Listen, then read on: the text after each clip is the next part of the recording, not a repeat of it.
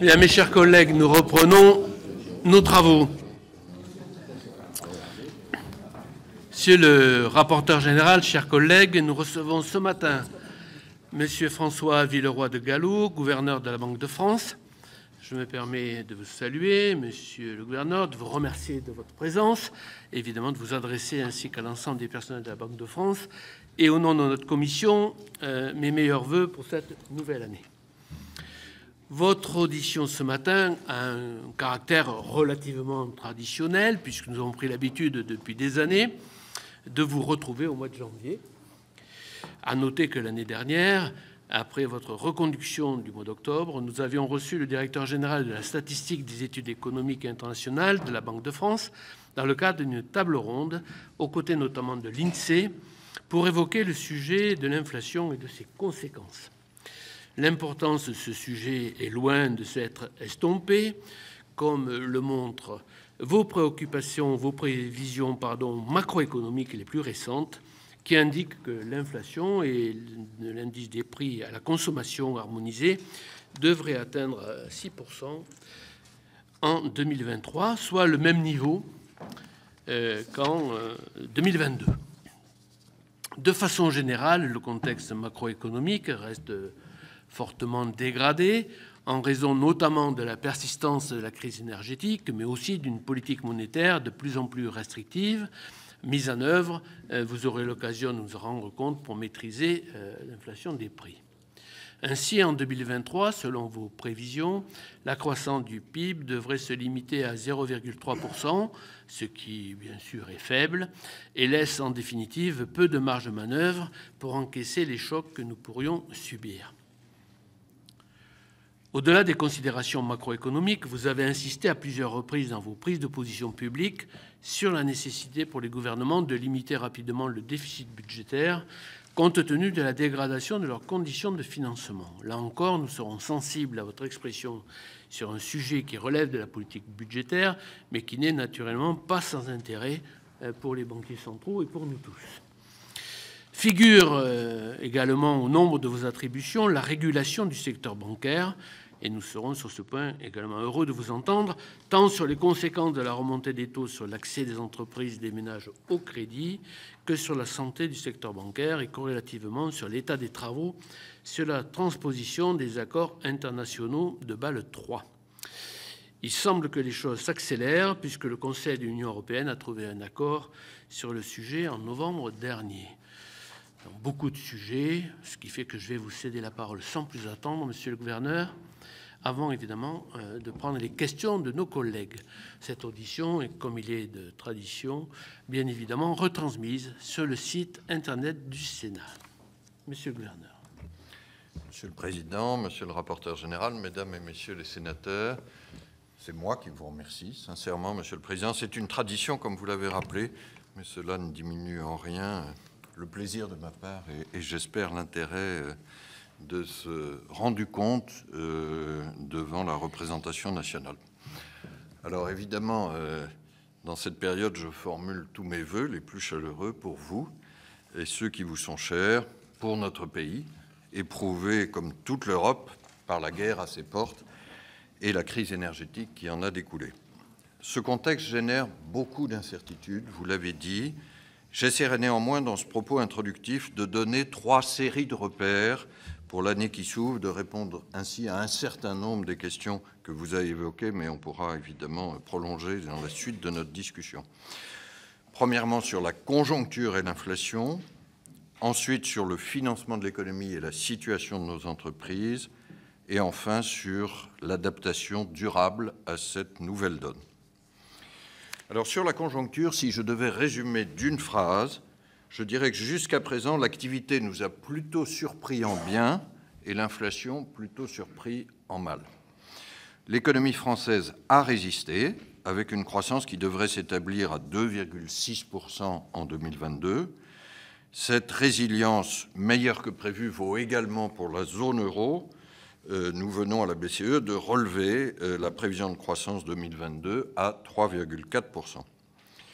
Selon nos prévisions, Banque de France publiées en décembre, 2023, cette année devrait marquer un fort ralentissement, mais échappé à l'atterrissage brutal qui était redouté il y a quelques mois. Nous venons de publier ce matin notre dernière enquête mensuelle de conjoncture réalisée auprès de 8000 chefs d'entreprise, notamment de PME. Elle marque encore une fois cette résilience meilleure que prévue et elle conforte notre prévision de plus 0,3%, donc une croissance faiblement positive pour 2023, tandis que 2024 marquerait la reprise avec une croissance de 1,2% dans notre pays. Voilà pour l'activité, mais il y a évidemment l'inflation. Après une décennie d'inflation trop basse, et même, on s'en souvient, un risque de déflation en 2020, l'inflation est revenue. Si elle a légèrement diminué en décembre, à 6,7% en France, je précise, je raisonne ici en indice européen harmonisé, l'indice national est lui à 5,9%, que l'on prenne l'un ou l'autre, le niveau de l'inflation reste beaucoup trop élevé. Les ménages et les entreprises le ressentent d'ailleurs fortement. Alors, l'inflation en France devrait atteindre son pic au cours de ce premier semestre avant de redescendre vers 4% en fin d'année. Mais je veux redire ici ce qui est à la fois notre prévision et notre engagement. Nous allons ramener l'inflation vers 2% d'ici fin 2024 à fin 2025. C'est notre mandat. Et l'inflation est aujourd'hui, vous le savez encore mieux que moi, la première préoccupation de nos concitoyens. En outre, une inflation qui s'installerait durablement serait le pire ennemi de la confiance et donc de la croissance. Ceci me conduit, Monsieur le Président, à la politique monétaire actuelle dont vous avez parlé, et nous entendons parfois des questions évidemment légitimes dans notre débat démocratique. Pourquoi remontez-vous les taux d'intérêt ? En quoi est-ce efficace alors que l'inflation est d'abord née des prix de l'énergie ? La première réponse est que malheureusement l'inflation s'est propagée à la généralité des biens et des services. Nous regardons l'inflation dite sous-jacente, c'est-à-dire hors énergie et alimentation. Elle est aujourd'hui autour de 4,2%, donc nettement au-dessus de la cible de 2%, et elle ne baisse pas, à la différence de l'inflation totale. Or, c'est sur cette inflation que j'appellerais générale que la politique monétaire est pertinente. Notre Conseil des gouverneurs a donc décidé d'augmenter les taux directeurs de la BCE à rythme accéléré sur les 5 derniers mois de 2022, de 250 points de base au total. Et ce faisant, nous avons atteint à 2% de taux directeurs, ce qu'on pourrait estimer être la zone de normalisation dans laquelle la politique monétaire ne stimule ni ne restreint l'inflation. Alors, en 2023, de nouvelles hausses de taux seront très probablement nécessaires dans les prochains mois, à un rythme pragmatique, je souligne cet adjectif qui m'est cher, pour faire revenir l'inflation vers 2%, je l'ai dit, dans les 2 ans. Pourquoi dans les 2 ans ? Parce qu'ils sont le délai d'action de la politique monétaire. Mais toujours et partout, et nous commençons à le voir aujourd'hui aux États-Unis et au Canada, la politique monétaire est efficace pour maîtriser l'inflation. J'ajoute, pour maîtriser l'inflation, c'est bien ça notre objectif, et non pas pour provoquer la récession. J'ai entendu, Monsieur le Président, votre interrogation là-dessus. Notre interrogation, à laquelle dont là aussi nous pourrons parler plus longuement, mais notre objectif, c'est évidemment pas de provoquer une récession, c'est de maîtriser l'inflation. Ceci m'amène à mon deuxième point deuxième repère sur le financement de l'économie et la situation de nos entreprises. Le relèvement des taux d'intérêt, après plusieurs années où ils ont été anormalement bas, se transmet aux conditions de financement de l'économie, mais de façon progressive et ordonnée. Alors je vais prendre le cas du crédit immobilier, qui est évidemment très sensible pour nos concitoyens. Parmi les grands pays européens, la France est celui où le crédit immobilier est à la fois le moins cher, avec un taux moyen de 1,9% hors assurance en novembre. Je vous cite la moyenne de la zone euro sur le même mois de novembre est à 2,8% et plus frappant encore, l'Allemagne est à 3,6%. Donc là, il y a un avantage significatif et tant mieux du crédit immobilier en France. Le crédit immobilier est par ailleurs le plus abondant avec une croissance des encours qui est encore à 5,7% sur un an, et, point peut-être moins connu, le plus sûr, avec plus de 97% des encours à taux fixe, alors que plusieurs de nos voisins ont une part très significative d'encours à taux variable et donc de mensualité qui augmente actuellement pour les ménages. L'encours des crédits bancaires aux entreprises progresse plus fortement encore, à plus 7,7% en novembre. Et donc, globalement, je souligne le globalement, les besoins de financement de l'économie réelle restent largement satisfaits grâce à la solidité des banques françaises. Alors, ceci m'amène au relèvement des taux de l'épargne réglementée qui sera fixé vendredi prochain. Ma recommandation au ministre devra prendre en compte, dans ces quelques possibilités d'ajustement, le bon équilibre entre, d'un côté, la juste rémunération de l'épargne populaire et, de l'autre côté, la préservation d'un coût de financement raisonnable de notre économie, dont, en particulier, le logement social. À cet égard, il me paraît probable et souhaitable que le relèvement du LEP, le livret d'épargne populaire, soit en taux encore plus significatif que celui du livret A. Sur ce LEP, il faut se féliciter que l'année écoulée ait vu un nombre record d'ouvertures de plus de 2 millions de nouveaux livrets et que le nombre total de détenteurs, du coup, approche désormais les 8,5 millions. Je voudrais parler un peu de la situation de nos entreprises, évidemment largement touchées par la crise énergétique. Leur trésorerie s'est dégradée, en particulier dans l'industrie, comme le confirme notre dernière enquête mensuelle ce matin. Mais il y a en fait de grandes variations entre entreprises.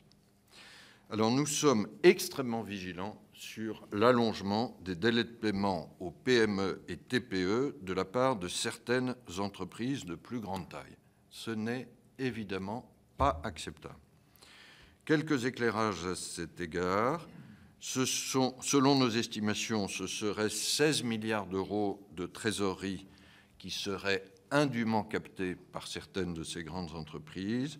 Et nous avons commencé, grande nouveauté de 2022, à surveiller ces comportements de paiement pour ces filiales de grandes entreprises ou d'ETI financièrement solides. Pour 10% d'entre elles, nous avons dégradé leur notation d'un cran en conséquence de mauvais comportements de paiement. En 2023, cette opération visant à la dégradation éventuelle de la cotation en cas de mauvais comportement de paiement sera élargie à 3 fois plus d'entreprises qui seront ainsi examinées. Je veux aussi évoquer les PGE, qui sont évidemment un autre sujet très important pour vous. Nous avons reçu, en 2022, au titre de la médiation du crédit, 598 demandes, exactement presque 600 de restructuration, ce qui représente seulement moins de 0,1% du nombre total de PGE. Sur les 143 milliards d'euros de PGE déboursés en 2020, qui ont aidé plus de 700 000 entreprises, je vous précise que 40 milliards ont déjà été remboursés et qu'aujourd'hui, plus de 95% des entreprises remboursent correctement leur PGE. Par conséquent, cela ne me semble pas justifier une mesure de rééchelonnement généralisé, mais la médiation du crédit de la Banque de France reste mobilisée dans chacun de vos départements pour traiter les cas plus difficiles. Je termine, si vous voulez bien, par le troisième repère que j'avais évoqué. Comment est-ce que nous pouvons passer progressivement de la gestion de crise, qui a beaucoup dominé 2022, à une adaptation durable à ce qui est une nouvelle donne? Cette gestion de crise, elle a été et elle reste nécessaire. Cependant, je crois qu'il est important de souligner que l'État peut amortir temporairement le choc énergétique, mais il ne peut pas le faire disparaître. Pour le dire autrement, ça n'est pas seulement un mauvais moment à passer, c'est une nouvelle donne économique à laquelle nous devons nous adapter dans la durée. Et il faut donc progressivement, d'ici 2 à 3 ans, ramener vers zéro les subventions budgétaires à l'énergie. Et il faut viser de répartir plus efficacement la facture entre les entreprises et les ménages, en veillant à la fois à l'équité envers les ménages, par des mesures mieux ciblées vers les plus touchés, mais tout autant à la compétitivité de nos entreprises. Les décisions du gouvernement d'augmenter les tarifs du gaz et de l'électricité de 15% dans les prochaines semaines et de remplacer la ristourne sur l'essence par une indemnité de 100 € ciblée selon les revenus me semble à cet égard aller dans le bon sens, y compris, je crois que c'est important, pour inciter à la sobriété énergétique. Mais à terme, et je vais en conclure par là, la clé est bien sûr tout ce qui musclera notre capacité productive par les 3 grandes transformations de l'offre économique. Ces 3 grandes transformations, c'est la transformation énergétique, bien sûr, en premier lieu, la transformation numérique et la transformation du travail, qui doit être à la fois plus abondant et plus qualifié. Notre croissance y gagnera et notre inflation en sera mieux maîtrisée, d'avoir ainsi une meilleure offre. Pour le dire d'une phrase, l'arme de la victoire durable contre l'inflation n'est pas budgétaire, elle est d'abord monétaire et ensuite structurelle. Mais ces transformations ne seront possibles que si nous préservons notre capacité à investir dans la décarbonation et l'innovation. Ceci m'amène à nos finances publiques. Sur un dernier mot, la dette publique atteint désormais près de 114% du PIB. Nous ne pouvons pas nous permettre un nouveau quoi qu'il en coûte, qui serait d'ailleurs inefficace, et nous devons mieux maîtriser les dépenses courantes. Nous devons en outre, et Monsieur le Président, Monsieur le rapporteur général, nous en avons parlé souvent ici, mieux financer, mieux développer des financements privés, notamment en réalisant enfin en Europe une union verte des marchés de capitaux. Je termine par là où j'ai commencé sur mes vœux initiaux. Je crois que la France et l'Europe peuvent, en ce début d'année, avoir un peu davantage confiance en leur capacité à affronter cette crise. Soyez assurés, en tout cas, que la Banque de France restera totalement mobilisée pour cela en 2023, à votre service et à celui de nos concitoyens. Merci, Monsieur le gouverneur. Monsieur le rapporteur général. Oui, merci, Monsieur le gouverneur. À mon tour, et comme le président, de vous souhaiter à vous et vos équipes des bons voeux, des souhaits sincères de réussite dans vos missions et peut-être dans le partage des éléments d'appréciation pour avoir une connaissance la plus aboutie et peut-être des avis les plus éclairés sur la situation de notre pays. Il se trouve que vous avez abordé à juste titre le sujet de l'inflation. Vous avez évoqué un mot que j'aime bien aussi, le pragmatisme. J'avais émis quelques doutes dès juillet 2021 sur le risque d'une vague inflationniste. Alors évidemment, je ne suis pas prévisionniste et je ne pouvais pas la prévoir à la hauteur qui est celle à laquelle elle frappe l'Europe et la France dans une moindre mesure. Mais pourquoi je dis ça? Parce que je me méfie toujours de phénomènes nouveaux qui avaient plutôt disparu et à un moment ou à un autre, la nature fait que il y a comme un risque quasiment systémique de retrouver, je dirais, de vieilles observations ou pratiques. Et contrairement à vous, je ne lis pas, en tous les cas pas autant que vous, dans votre propos, l'inflation à la crise ou à la flambée des prix des énergies, ou à la guerre en Ukraine, pardon, mais bien à la flambée des prix des énergies qui provoque je dirais, un chamboule-tout dans l'organisation habituelle et le fonctionnement de nos économies, puisqu'à ma connaissance, c'est depuis bien longtemps un fait inédit et qui nous montre de quelle manière nos économies sont intimement liées dans leur développement au prix et à la desserte, au réseau des énergies de toute nature.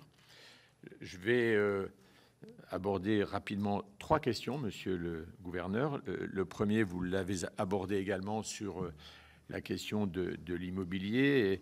Et moi, j'appellerais ça le sujet de l'investissement des ménages, dont vous notez qu'il devrait diminuer fortement en 2023 et 2024, de moins 1,3 en 2023, presque moins 2 en 2024, ce qui évidemment ne sera pas sans lien avec la croissance.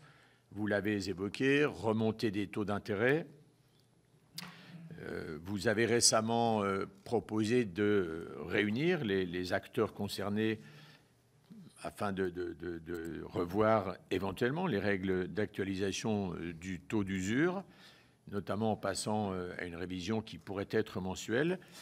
Quelles sont vos intentions et en tous les cas, quelles sont les perspectives que vous dressez du marché immobilier dont on peut considérer qu'il est un baromètre assez fidèle de l'état d'esprit, de l'opinion et de la confiance que ça veut dire par rapport à l'avenir. Je note avec un peu de surprise, et donc je souhaiterais dans un deuxième temps que vous nous précisiez ce qui vous amène à avoir des prévisions sur l'emploi total qui devrait se stabiliser en 2023 et puis diminuer en 2024, puisque vous prévoyez en 2025 un taux de chômage un peu supérieur à 8%, ce qui me semble très sensiblement éloigné des prévisions. Alors je ne sais dire si elles sont trop optimistes du gouvernement. Qu'est-ce qui vous amène aujourd'hui, à ce stade, à avoir une vision prospective aussi différenciée des chiffres que nous annonce notamment le ministre de l'économie et des finances, Bruno Le Maire? Quelles conclusions en tirez-vous sur à la fois l'évolution de nos finances publiques et peut-être des gains à attendre de la réforme de l'assurance chômage? Enfin, dernier sujet, il est plus complexe, c'est la question de la BCE qui travaille actuellement, d'ailleurs avec l'ensemble des banques centrales nationales, sur le projet d'un euro numérique, finalement pour créer l'équivalent en numérique de ce que nous avons en billets actuellement, avec, et vous le savez, un certain nombre de craintes ou de critiques de la part des acteurs bancaires sur le risque d'un phénomène de désintermédiation, peut-être même de fuite de dépôts vers la Banque centrale. Et récemment, un article de presse présentait d'ailleurs cet euro numérique comme un risque démocratique en ce qu'il pourrait porter atteinte à un certain nombre d'informations relatives à la vie privée et personnelle de l'ensemble des détenteurs, en ce que son utilisation d'ailleurs serait programmable, ce qui n'est pas sans inquiéter la place et en tous les cas les Français. Est-ce que vous pourriez à ce stade nous décrire l'état d'avancement du projet et peut-être les précisions relatives aux craintes qui se sont exprimées à ce sujet et que je viens de relever? Merci, monsieur le rapporteur général. Je glisserai une question supplémentaire ou en tout cas vous demander un petit peu les termes de la discussion aujourd'hui au sein de la BCE. On sent à travers un certain nombre d'articles qu'il y a des positions nuancées, on va dire. Vous voyez que je sais utiliser un vocabulaire là aussi prudent, mais sur d'ailleurs le point que vous avez relevé dans mon propos introductif et qui était là pour ça d'ailleurs, et qui était de faire le lien évidemment entre la remontée des taux et finalement l'avenir de l'économie, l'impact sur la croissance, etc. Et de tout temps, la question monétaire s'est heurtée à cette question-là, c'est-à-dire à la fois d'avoir un impact pour maîtriser l'inflation, ou en tout cas pour la mettre au bon niveau, et puis d'autre côté, ne pas avoir un effet destructeur sur l'économie. Mais est-ce que vous pourriez nous dire en quelques mots comment dire l'état du débat au sein même de la BCE, si je puis dire, sur cette question, puisqu'il me semble qu'il y a des avis un peu, alors je dirais pas disparates, ce serait désagréable, mais différents. Voilà, monsieur le gouverneur. Donc je vais d'abord répondre aux questions du rapporteur général. D'abord, je vous donne tout à fait acte, monsieur le rapporteur général, de ce que vous avez dit sur les discussions sur l'inflation commencées en 2021, effectivement que vous faisiez partie de ceux, nous n'étions pas dans un camp opposé à l'époque d'ailleurs, mais qui s'alarmaient du retour de l'inflation. À l'époque, la cause en était, souvenez-vous, la sortie très rapide du Covid avec la reprise de l'économie, un certain nombre de goulets d'étranglement. Voilà, je crois qu'il y a eu deux débats à l'époque, et je ne veux pas être trop long.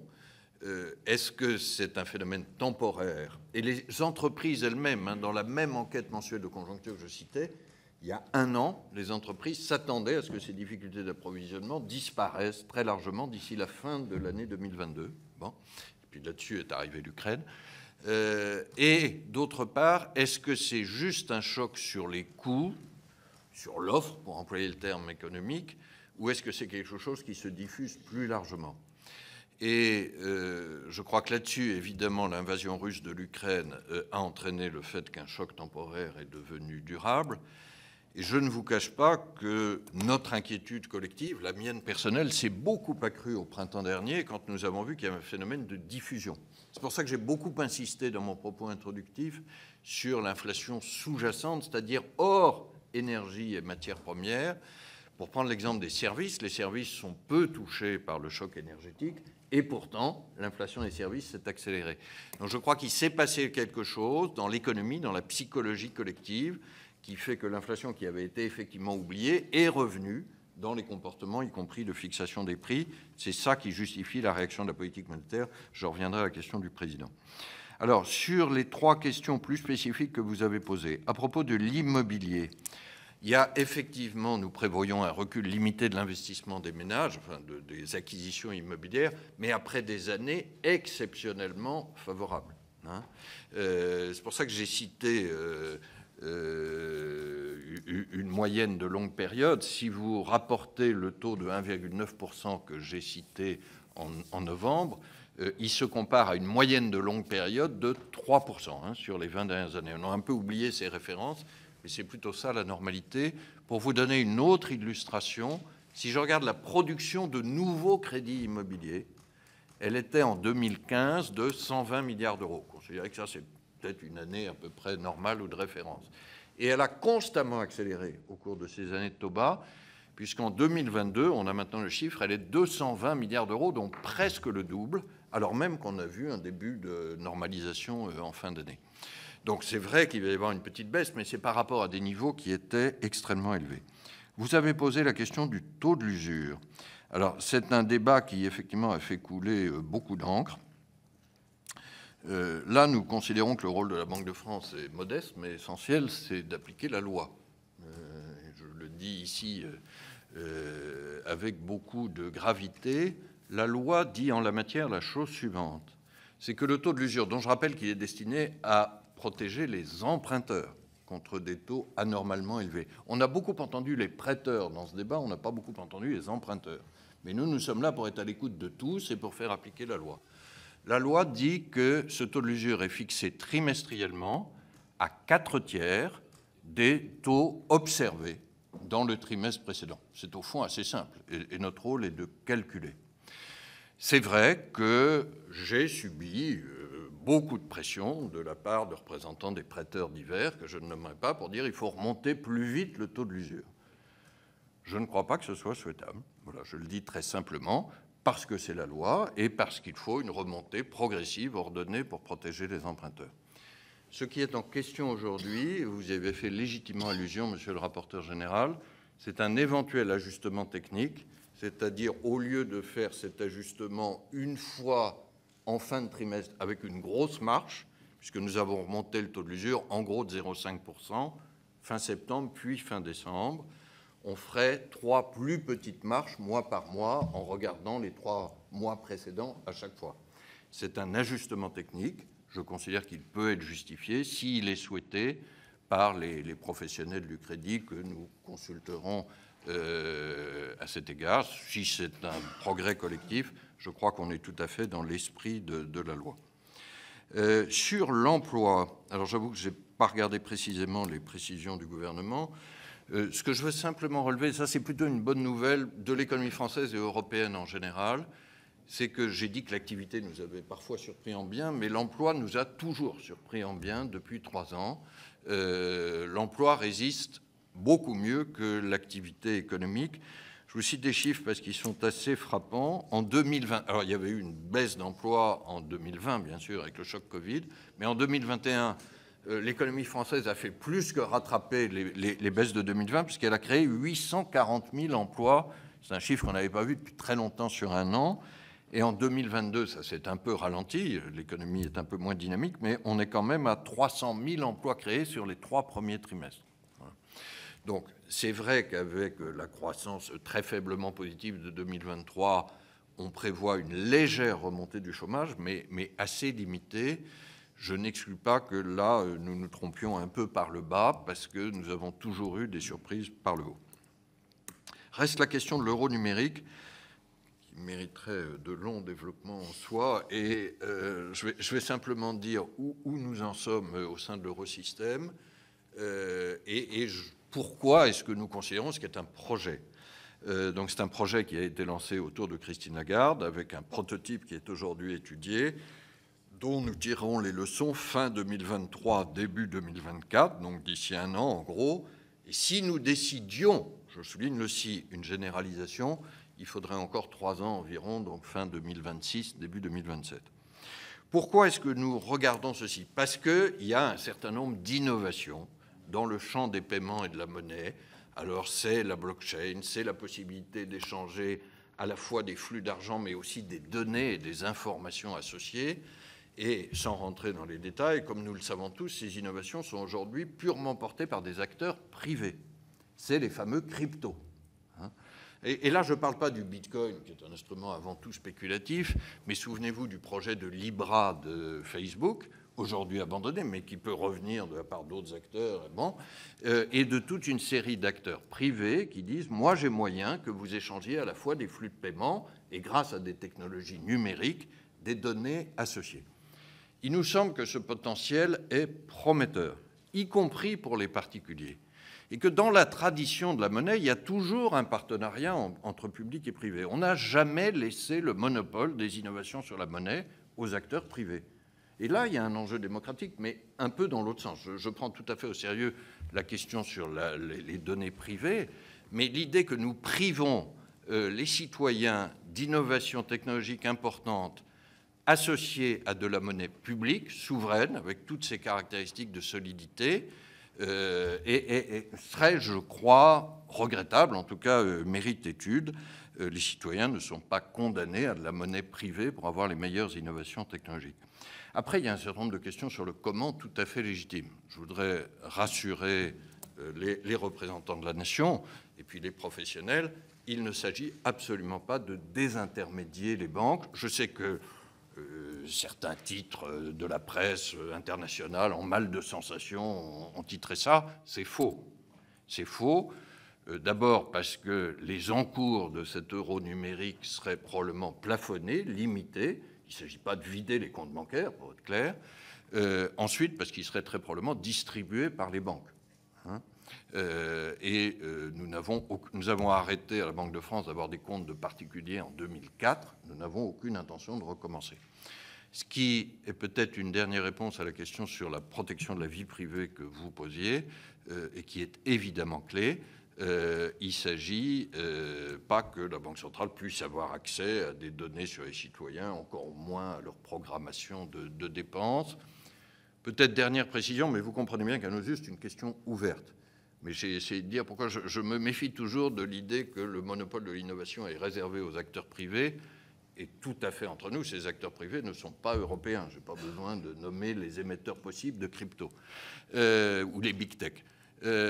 Mais si nous allions vers l'euro numérique, je souligne encore une fois le si, il ne s'agit en aucun cas de supprimer les espèces. La Banque de France n'abandonnera jamais les espèces, la production et la distribution des billets. Ça doit être un libre choix de nos concitoyens. Et moi, on me demande souvent, mais quelle forme de moyen de paiement vous préférez? Est-ce que vous poussez le billet, les cartes, un jour l'euro numérique? La réponse est simple. Nous sommes là pour garantir la liberté de choix de nos concitoyens. S'il y a diverses formes de moyens de paiement, ça fait partie de la confiance dans la monnaie. Et ils doivent être tous d'égale accessibilité. Vous êtes battu beaucoup pour ça, monsieur le rapporteur général. D'égale qualité, d'égale sécurité. Voilà, je termine là-dessus. Merci. On va démarrer et vous en profiterez des réponses pour répondre également à ma question. Mais non, il n'y a pas de problème. Non, ça devait être freudien, monsieur le Président. On va la rajouter. Non, mais il n'y a aucun problème. J'ai le droit à 30 secondes là-dessus. Non, parce que votre question était très importante. Allez, 1 minute. D'abord, je vous confirme qu'il y a des discussions au sein du Conseil des gouverneurs, et si j'allais dire heureusement, parce qu'il m'arrive de dire que si nous n'avions aucune discussion du Conseil des gouverneurs, ça ne serait pas la peine qu'il existe d'aller à Francfort. Après, alors elle est traditionnellement décrite en termes ornithologiques, il y aurait les faucons et les colombes.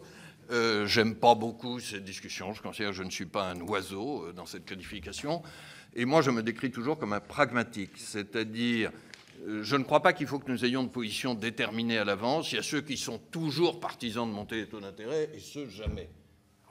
Il y a peut-être certains membres du Conseil des gouverneurs qui se rapprochent un peu plus de cette caricature que je viens d'évoquer, qui sont plus prévisibles. Moi, je crois que ça dépend des données. Enfin, ce que disait le rapporteur général est absolument vrai sur l'évolution de l'inflation depuis 18 mois. Je crois que relever les taux fin 2021, alors qu'on ne savait pas, qu'on pensait que c'était peut-être temporaire, purement l'offre, ça aurait été une erreur. Parce qu'à l'époque, on ne savait pas. Hein. Aujourd'hui, ne pas les relever, alors que nous avons une inflation qui menace de s'installer, je pense que ça serait grave. Maintenant, je ne vous dirai pas, Monsieur le Président, jusqu'à quel niveau, parce que je ne le sais pas. Moi, je n'ai pas de cible prédéterminée. Ça aussi, pragmatisme. On a dû remonter très vite au deuxième semestre de l'année dernière, et je crois que c'était justifié, parce qu'on sortait d'une situation où il n'y avait pas assez d'inflation, éviter la déflation, donc il y avait des taux très bas, les fameux taux négatifs. Il fallait sortir de ça très vite. À 2%, on est à peu près à ce que les économistes appellent le taux neutre. Il faudra sans doute aller au-delà pour freiner l'inflation, sans provoquer de récession. Ça, je crois pouvoir dire aujourd'hui qu'il n'y aura pas de récession de l'économie française et européenne en 2023, mais nous verrons dans les prochains mois. Merci, Monsieur le Gouverneur. Donc, commençons nos questions avec Hervé Maurey et Pascal Savoldelli. Merci beaucoup, Monsieur le Président. Je voudrais d'abord dire à Monsieur le Gouverneur que je me réjouis de ses propos à l'occasion de ses vœux concernant la nécessité de mieux encadrer les acteurs des cryptoactifs, puisque, comme vous le savez certainement, le Sénat, sur la proposition de notre commission, a voté un dispositif en ce sens dans le cadre du projet de loi portant diverses dispositions d'adaptation au droit de l'Union européenne. Vos propos vont dans le sens de ceux tenus par la présidente de l'AMF hier, et j'espère qu'ils inspireront le gouvernement et l'Assemblée nationale, puisque le texte qu'on a adopté va venir à l'Assemblée nationale à la fin de ce mois. Je voudrais vous interroger sur 3 petits sujets qui concernent surtout les épargnants et les consommateurs. L'Observatoire de la sécurité des moyens de paiement a souligné récemment une augmentation des fraudes bancaires, et les associations de consommateurs soulignent régulièrement la difficulté qu'elles ont à obtenir de la part des banques un remboursement de ces fraudes. Est-ce que c'est un sujet qui est dans votre viseur? Est-ce qu'il y a des moyens d'améliorer les choses? C'est ma première question. La deuxième concerne les frais bancaires de succession. J'avais interpellé le ministre de l'économie dans une question écrite il y a maintenant plusieurs mois. Il m'avait répondu qu'une réunion du comité consultatif du secteur financier dont vous assurez le secrétariat avait prévu de lancer des travaux en septembre 2022. Vu d'ici, je n'ai rien vu. Est-ce que les choses avancent vraiment? Et surtout, comme j'ai l'impression que ce n'est pas tellement le cas, pourquoi elles n'avancent pas davantage? J'ai déposé une proposition de loi en ce sens et je pense que je la transformerai en amendement à la proposition de loi de M. Husson. Donc, quelle est là-dessus votre position? Et dernière question pour ne pas être plus long. On observe régulièrement une baisse de la capacité d'accéder à la monnaie, c'est-à-dire en fait un nombre de fermetures des DAB qui ne fait qu'augmenter, qui est de plus en plus préoccupant. D'ailleurs, pas seulement en milieu rural, y compris dans les petites villes. Donc par rapport à cette situation, puisque vous avez rappelé l'importance que chacun puisse disposer des moyens de paiement de son choix, comment peut-on freiner cette évolution tout à fait regrettable? Je vous remercie. Merci Hervé. Pascal Savoldelli, puis Daniel Breuiller. Merci, Monsieur le Président. Merci aussi à vous, Monsieur le Gouverneur, pour votre présentation, qui est toujours la même, la qualité de la clarté et argumentée. Je vais vous poser 2 questions, Monsieur le Gouverneur. Une première qui avait été déjà relayée, mais le Président me dira si j'ai bien compris. C'est ce que vous avez évoqué, vous, dans votre propos liminaire. Vous avez dit la surprise du mal, l'inflation. Et le Président Rénal a posé la question de la remontée des taux. Moi, je vous avoue que je suis préoccupé par cette situation parce que On a une crise qui impose à la fois un déploiement accéléré des énergies renouvelables et des solutions qui permettent de réduire la consommation d'énergie. Ça, je pense que dont acte, hein, ça rassemble tout le monde. Et d'un côté, on a les hausses des taux qui sont successivement décidées par la Banque de France et la Banque européenne pour lutter contre l'inflation, vous nous l'avez dit, mais aussi qui renchérissent le coût de financement des solutions. Je pense que ça va. Et donc, moi, la question que je vous pose, c'est est-ce qu'il faut mobiliser des outils politiques monétaires, lesquels, je ne suis pas spécialiste, hein, j'en conviens, monsieur le gouverneur, pour protéger le déploiement des solutions. Sinon, on n'aura pas les solutions, puisqu'elles seront trop coûteuses. Donc voilà, je voulais vous poser ça entre la concordance et entre la hausse des taux directeurs de la BCE et les solutions à la crise énergétique et climatique. Ma deuxième question, j'ai entendu par la voix du ministre Le Maire que le livret de développement durable et solidaire n'a de vert que le nom. C'est lui qui a dit ça. Bon. Ma question, est-ce vrai? Mais je ne vous demande pas de répondre seulement au ministre Le Maire. Je vois bien l'inconfort que ça peut vous poser. Moi, je vous pose la question suivante. Estimez-vous qu'il est opportun, aujourd'hui, de modifier les règles de mobilisation de la fraction bancaire du livret de développement durable et solidaire, ou bien celle centralisée par la Caisse des dépôts? Là, il y a un choix, en tout cas, qui intéresse aussi nos concitoyens, et que la transition écologique, éventuellement, une de ses prérogatives serait la rénovation énergétique, la rénovation thermique des bâtiments. Et est-ce qu'on a besoin d'un produit d'épargne de plus? Voilà, je vous pose la question. Est-ce qu'il en faut un de plus? Et qui, pour moi aujourd'hui, mais vous pouvez me rassurer, est-ce qu'il n'est pas un nouvel outil qui serait un outil de risque et moins liquide que ce qui existe actuellement? Merci. Merci Pascal. Daniel Breuiller, puis Michel Canevet. Ma question rejoint au fond les préoccupations que vient d'exprimer Pascal Savoldelli. Les équipes de la BCE ont souligné l'importance de la transition écologique sur le maintien et la stabilité des prix. En fait, j'aimerais savoir, dans cette période où les difficultés énergétiques nourrissent quand même l'inflation et en ont été un des déclencheurs, et pèsent très lourdement sur les ménages, sur les entreprises et sur les capacités des collectivités à investir dans la transition écologique, quelles conséquences vous tirez au niveau de la BCE et de la Banque de France dans ce contexte pour soutenir cette nécessaire transition énergétique?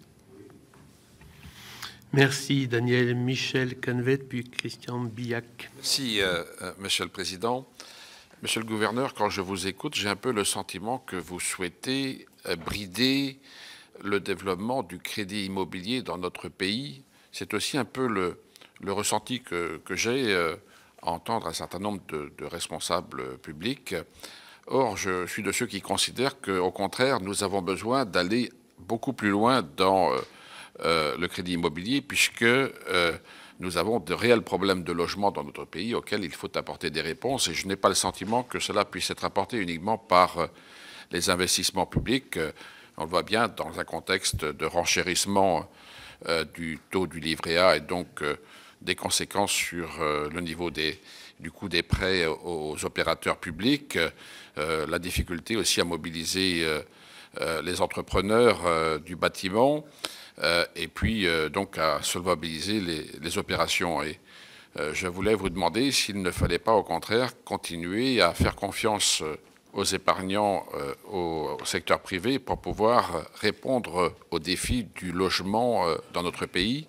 Et à l'instar de ce qu'évoquait à l'instant Pascal Savoldelli, peut-être aussi de reconsidérer les outils qui existent à cet égard. Il y a un certain nombre de livrets, le livret A, le livret de développement durable, le livret rose, les livrets d'épargne logement, le plan d'épargne logement. Est-ce qu'il ne faudrait pas reconsidérer tout cela, refondre tout cela et avoir un dispositif qui soit un peu plus adapté face aux défis auxquels nous sommes affrontés? C'est un premier sujet. Un second concerne la situation économique avec un certain nombre d'inquiétudes quand même devant nous, puisque nous voyons bien la hausse des prix apporte un renchérissement du coût des produits et donc des difficultés pour les entreprises, et les coûts de l'énergie en particulier affectent significativement la productivité des entreprises. N'est-ce pas un signe de risque de récession en même temps qu'un certain nombre de projets sur la table actuellement, je vais parler par exemple du régime de la réforme des retraites, risquent d'amener des perturbations dans la vie de notre pays, est-ce que cela ne risque pas d'avoir un impact significatif sur le niveau de l'activité, l'évolution du PIB pour l'année 2023? Et puis, dernière question, les politiques publiques ont beaucoup recouru à l'endettement ces dernières années. Est-ce que cela ne risque pas d'être particulièrement dramatique pour les budgets publics? Je veux dire par là que la hausse des taux d'intérêt risque de plomber significativement les budgets publics. Est-ce que cela n'est pas un risque majeur pour la stabilité financière et la sécurité financière de notre pays? Merci Michel. Christian Billac, puis Vincent Delahaye. Merci, Monsieur le Président. Monsieur le Gouverneur, vous avez évoqué les taux immobiliers. Moi, je voudrais vous poser une question, parce que comme tous mes collègues ici, je rencontre fréquemment les maires, et certains me demandent mon avis sur la conduite à tenir en matière financière, au sujet de l'endettement en particulier. Et donc, vous avez annoncé une hausse des taux d'intérêt à venir, certainement dans l'année 2023. Est-ce qu'on peut penser que les taux vont redescendre? Peut-être pas au niveau qu'ils étaient auparavant, mais enfin, est-ce que ces taux peuvent redescendre? Et est-ce qu'il est préférable pour les collectivités de se hâter au niveau de l'endettement, dès lors qu'ils ont les marges de ce domaine, qu'ils ne sont pas surendettés, hein?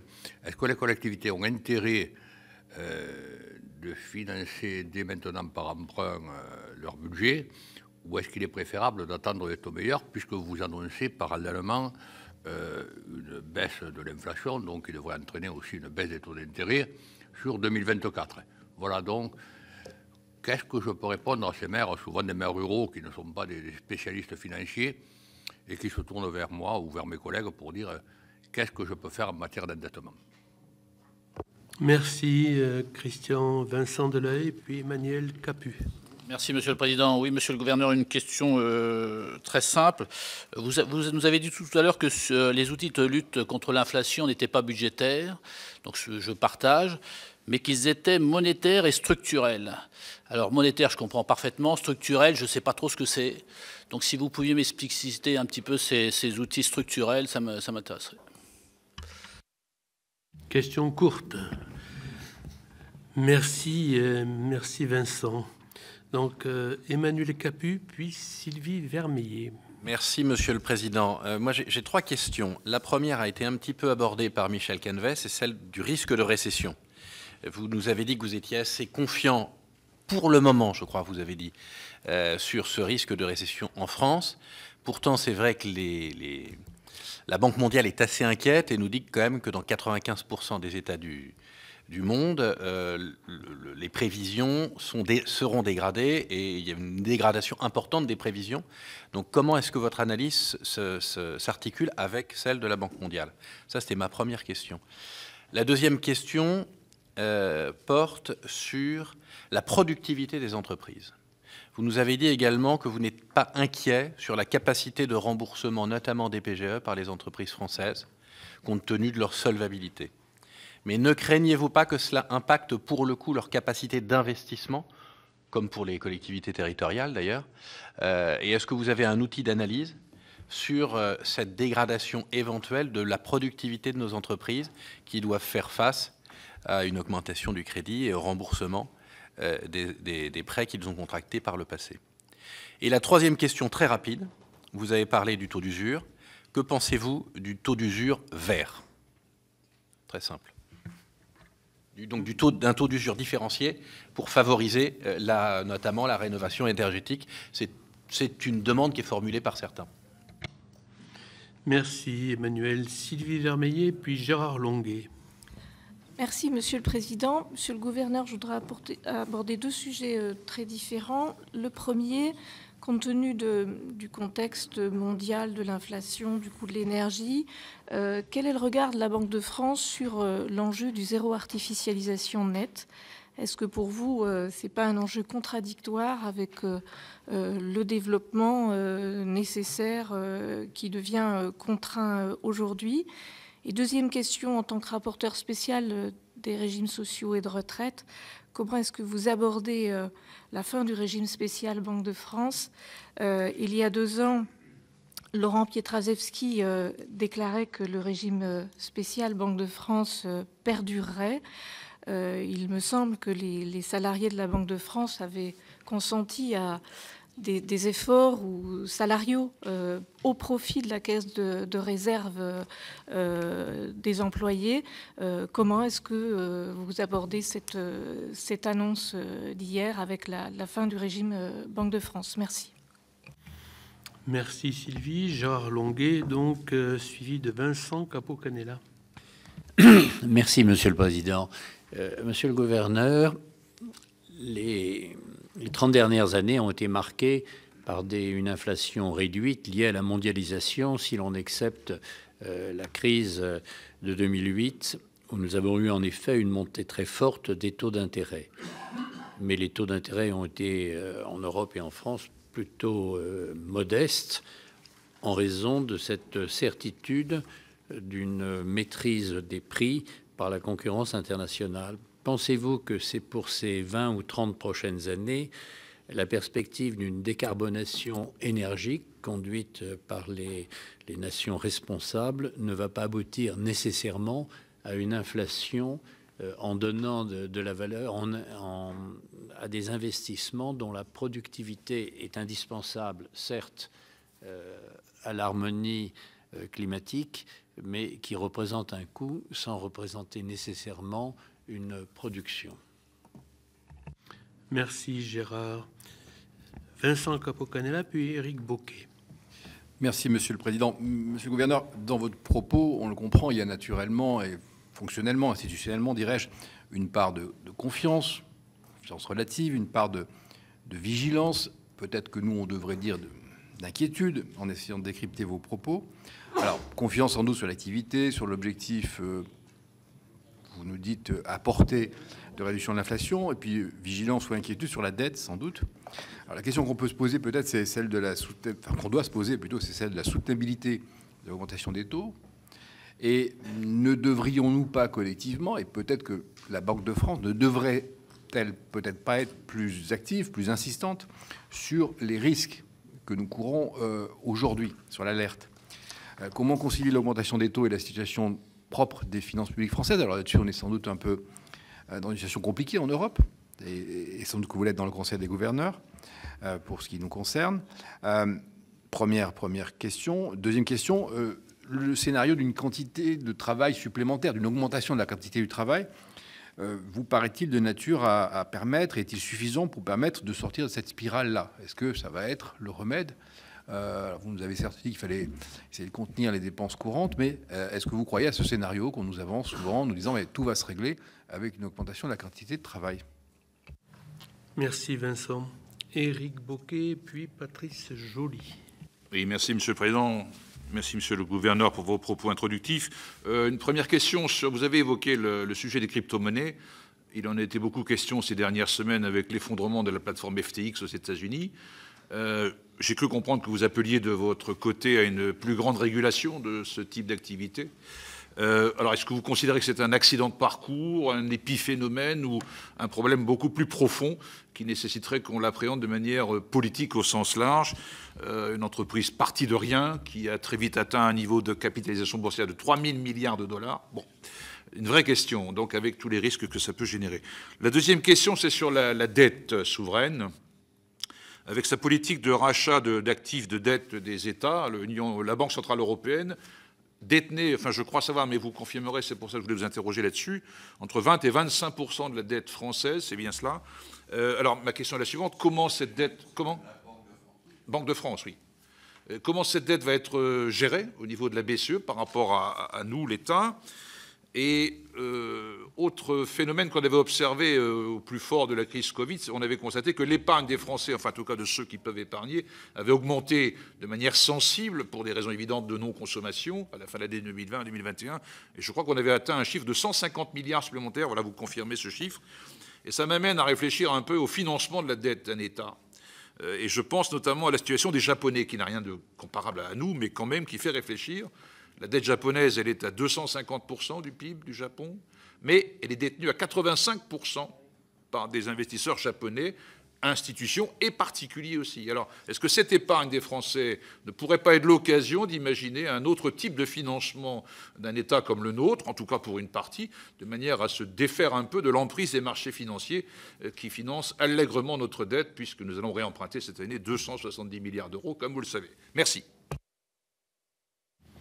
Merci Eric. Alors en pensant à FTX, parti de rien, pensez toujours à cette histoire, parti de rien, arrivé à rien, mais tout seul.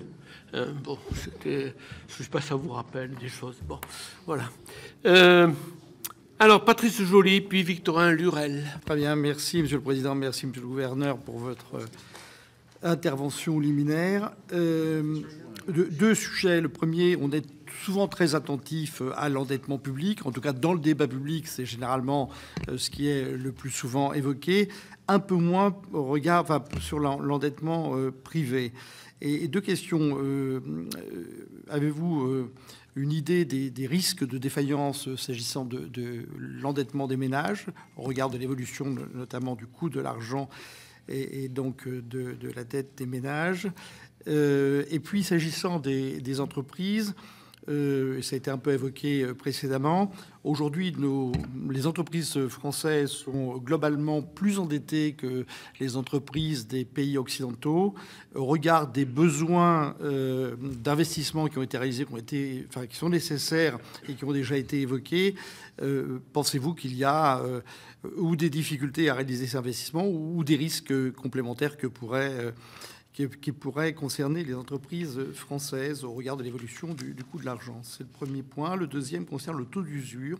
Aujourd'hui, les établissements financiers considèrent que le taux d'usure est insuffisant, ce qui les conduit à être beaucoup plus restrictifs en matière de crédit, et donc ce qui génère des difficultés d'accès au crédit pour les PME, parce qu'elles sont obligées d'avoir des apports plus importants ou des garanties accrues. Et donc, pensez-vous que c'est une difficulté au regard en tout cas sur le plan de la croissance des entreprises et de leur capacité à investir, à améliorer leur productivité et surtout à faire face aux investissements de transition qu'elles devront réaliser? Merci. Merci Patrice. Victorin Lurel, puis Philippe Dominati.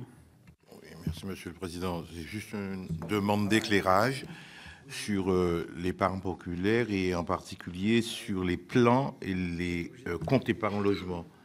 Et j'aimerais savoir quelle est la situation aujourd'hui des PEL souscrits jusqu'au 28 février 2011. Est-ce que la formule a changé? Est-ce que c'est bien toujours 70% du swap plus la différence entre les swaps de 10 et 2 ans? Quelle est aujourd'hui la situation de ces PL d'avant 2011, enfin 28 février 2011? Merci Victorin. Philippe Dominati, puis Rémi Ferraud, qui conclut les questions. Monsieur le gouverneur, je profite de votre présence parce que vous êtes à la fois un acteur mais surtout un observateur dans le match concernant l'après-Brexit et la place financière de Paris. J'aimerais savoir si vous pensez que nous avons progressé, nous sommes sur une dynamique par rapport aux autres places européennes, Amsterdam, Francfort, et quelles sont éventuellement les institutions qui ont pris siège dans le bassin parisien, et éventuellement, est-ce qu'il y a des éléments nouveaux qui sont en perspective? Je pense peut-être à des chambres de compensation ou à des organismes tels que ceux-là qui sont, dont on ne sait pas véritablement s'ils sont essentiels et à quoi ils servent, en tout cas à mon niveau, mais je voudrais savoir s'il y a des perspectives en conjonction avec le gouvernement sur ce sujet-là. Voilà. Merci Philippe. Rémi Ferraud. Merci, Monsieur le Président. Monsieur le Gouverneur, merci pour votre exposé de départ qui, pour nous, est quand même très éclairant par rapport au budget que nous avons voté juste avant les vacances, parce que l'hypothèse de croissance n'est pas la même que celle du budget. Je ne pense pas que vous pourrez nous en dire beaucoup plus que ce que vous nous avez dit à ce stade, mais c'est pour quand même un sujet d'inquiétude, pardon. Surtout, je crois que le ministre de l'Économie a ce matin... Isabelle Briquet me disait confirmer, lui, l'hypothèse de croissance de 1% du gouvernement. Alors, est-ce que vous pouvez nous dire, c'est possible, quelles sont les différences d'hypothèses qui conduisent à cette différence en dehors d'une forme de volontarisme du gouvernement afin de ne pas avoir d'hypothèse qui soit trop autoréalisatrice? Mais est-ce qu'il y a des éléments objectifs qui conduisent à cette différence de prévision? Et 0,3%, on n'est pas en récession, bien sûr, mais on peut y basculer assez vite. On n'en est pas très loin. On est quand même proche d'une croissance zéro. Donc c'est vrai que votre volonté d'équilibre sur l'augmentation des taux d'intérêt, donc vous pouvez bien sûr pas nous dire le niveau, etc., est tout à fait compréhensible. Mais quelle est la marge de manœuvre dans l'année pour revoir cet équilibre? Parce que finalement, le but est d'avoir une politique monétaire pour lutter contre l'inflation. Et vos recommandations, c'est surtout que la politique budgétaire le fasse le moins possible. Enfin, ça peut conduire aussi à une augmentation quand même du déficit. Il n'y a pas tellement d'éléments dans le budget pour lutter en 2023 contre l'inflation. Il peut aussi y avoir besoin du coup de politique budgétaire pour soutenir la croissance. Bref, c'est un équilibre fragile dans une période qui est difficile. Comment voyez-vous aussi la capacité de s'adapter à l'évolution de la situation au cours de l'année 2023 ? C'était le mot de la fin, si je puis dire. Monsieur le gouverneur, c'est bien, vous avez de quoi refaire un exposé magistral. Je ne sais pas s'il sera magistral, mais je voulais voir avec vous, d'abord je salue la qualité de toutes les questions, je voulais voir avec vous, Monsieur le Président, combien de temps nous avons, parce qu'à défaut d'être magistral, je ne veux pas être trop long. Non, mais franchement, une trentaine de minutes, hein. Bon. On vous reçoit une fois par an. D'accord. Mais voilà. je suis tout prêt à venir plus souvent, si vous le voulez. Nous pourrions d'ailleurs, si vous me permettez de glisser, renouer avec ce qui a été parfois une tradition. C'était le sénateur Collin, dans mon souvenir, qui y était attaché, qui est que la Commission des finances, en tout cas les membres qui le souhaitent, viennent aussi une fois de temps en temps à la Banque de France. C'est un bien qui vous appartient et qui n'est pas aussi beau que le Palais du Luxembourg, mais presque. Mais je me demande si chez Yvon Collin, il n'y avait pas aussi le goût de la table, vous voyez. Mais la table ne s'est pas trop dégradée. Voilà. Alors, je vais essayer, et vos questions permettent, je crois, de revenir sur beaucoup de sujets évidemment essentiels pour nos concitoyens. D'abord, sur la question du sénateur Moret, il a dû nous quitter, mais vous lui transmettrez un vibrant soutien à sa proposition de réglementation des cryptoactifs. Je crois avoir été le premier à le dire, et je donne une précision technique. Je le dis d'ailleurs par rapport, je crois, au sénateur Bocquet, avec lequel j'ai souvent des points d'accord, mais vous avez parlé de crypto-monnaie, j'aime pas ce terme pour des raisons évidentes. Ça n'a rien d'une monnaie, crypto-actif. Il se trouve que la réglementation française, la loi Pacte, et qui à l'époque était un progrès, parce que nous avons été parmi les premiers à prévoir un statut, le statut dit de PSAN, prestataire de services en actif numérique, pardon. Et elle prévoit aujourd'hui deux possibilités. Il y a une possibilité de simple enregistrement, où nous contrôlons quand même la lutte anti-blanchiment, et puis il y a une possibilité d'agrément. Donc la proposition qui est faite et que je soutiens totalement aujourd'hui, c'est que l'agrément devienne obligatoire, le plus rapidement possible d'ici la fin de l'année. Sur les autres questions, sur les fraudes bancaires et leur remboursement, c'est effectivement un sujet très sensible au sein de l'Observatoire sur la sécurité des moyens de paiement que je préside. Je rappelle la règle, nous l'avons rappelé aux banques. La règle, c'est le remboursement. L'exception, c'est en cas de fraude, l'exception, c'est le non-remboursement s'il y a présomption sérieuse voilà, d'une relative complicité, mauvaise foi, etc., de la part du payeur. Bon, c'est des sujets qu'il faut prendre au sérieux, qui ne sont pas simples, mais je me permets de rappeler la règle et le principe.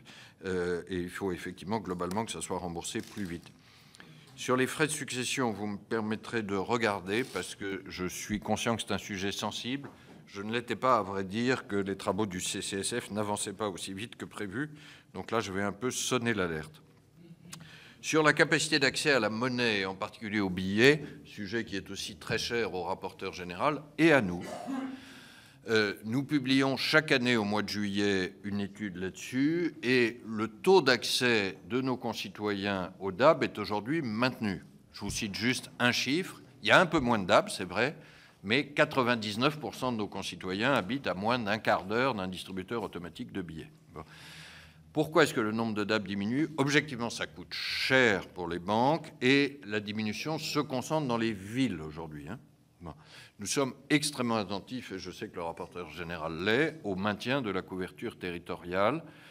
Voilà, jusqu'à présent, notamment des opérations de regroupement qui ont pu avoir lieu entre certains réseaux bancaires nous paraissent plutôt intelligentes parce qu'elles maintiennent la capacité de distribution tout en permettant de gérer les frais là-dessus. Mais il ne s'agit absolument pas de diminuer l'accessibilité, notamment en milieu rural. Sur la question de M. Salvodelli sur la hausse des taux et le financement des solutions énergétiques, plusieurs autres sénateurs y sont revenus. La hausse des taux, je crois qu'elle est absolument nécessaire pour lutter contre l'inflation. Je ne vais pas le répéter.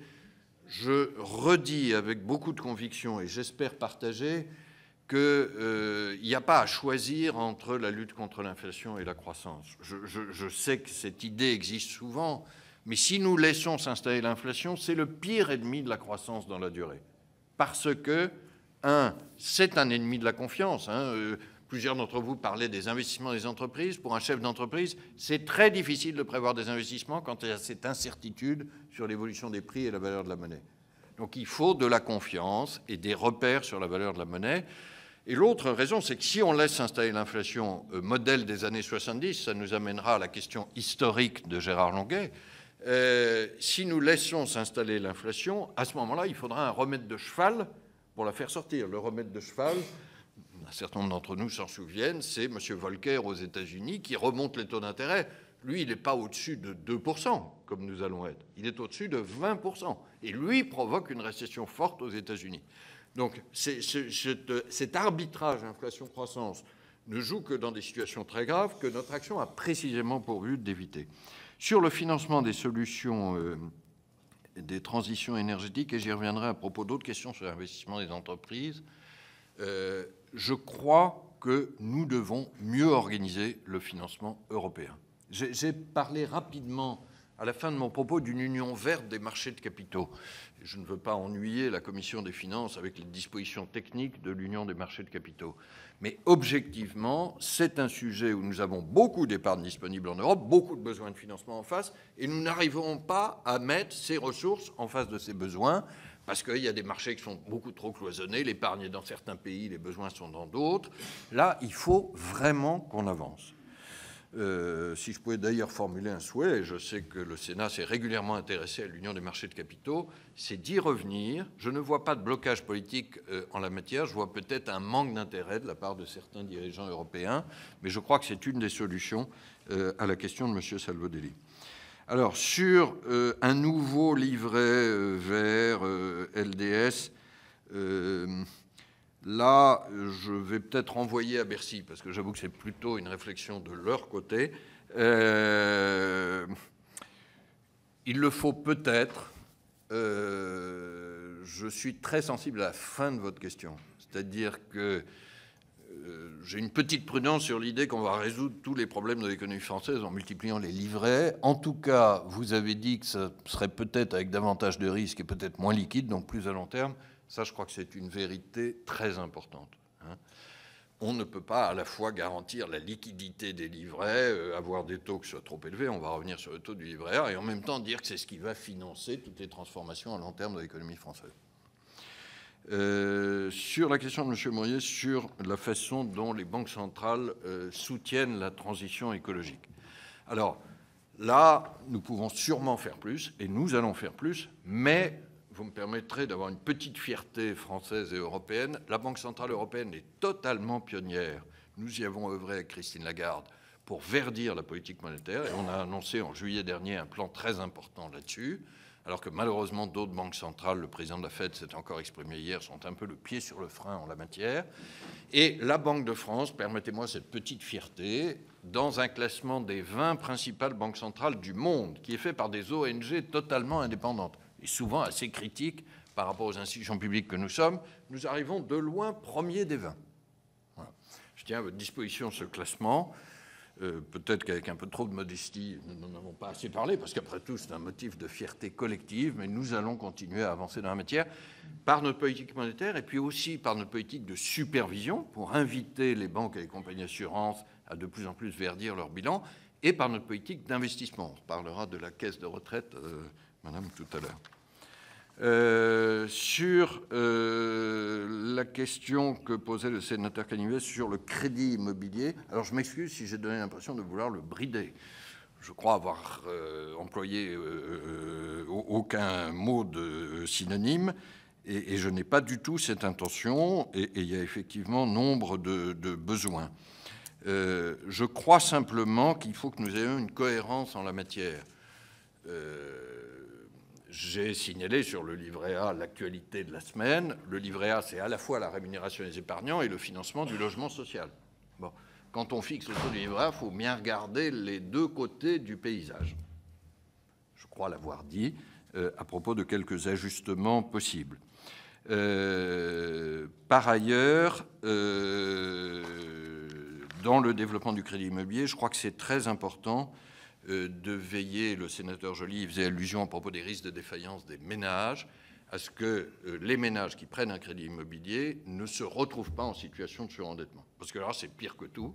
On se retrouve avec des chantiers qui sont arrêtés et des ménages qui sont plantés, si je peux utiliser l'expression, en tout cas en grande difficulté. Donc ça, c'est le sens des mesures que nous avons prises au titre du HCSF, le Haut Conseil de stabilité financière, d'essayer, sauf exception, que la durée des crédits ne dépasse pas 25 ans, que la mensualité ne dépasse pas 35% du revenu, ce qui est quand même déjà beaucoup. Bon.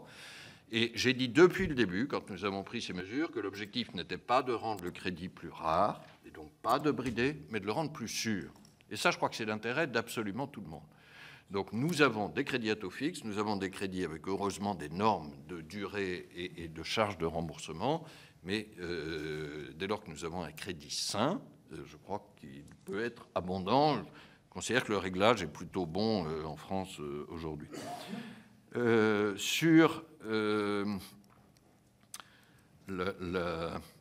votre fine question sur la réforme des retraites et la situation économique, alors j'étais rassuré, Monsieur le Président, de n'avoir aucune question sur la réforme des retraites, et sans grande surprise, je m'abstiendrai de tout commentaire sauf sur le cas du régime de la Banque de France que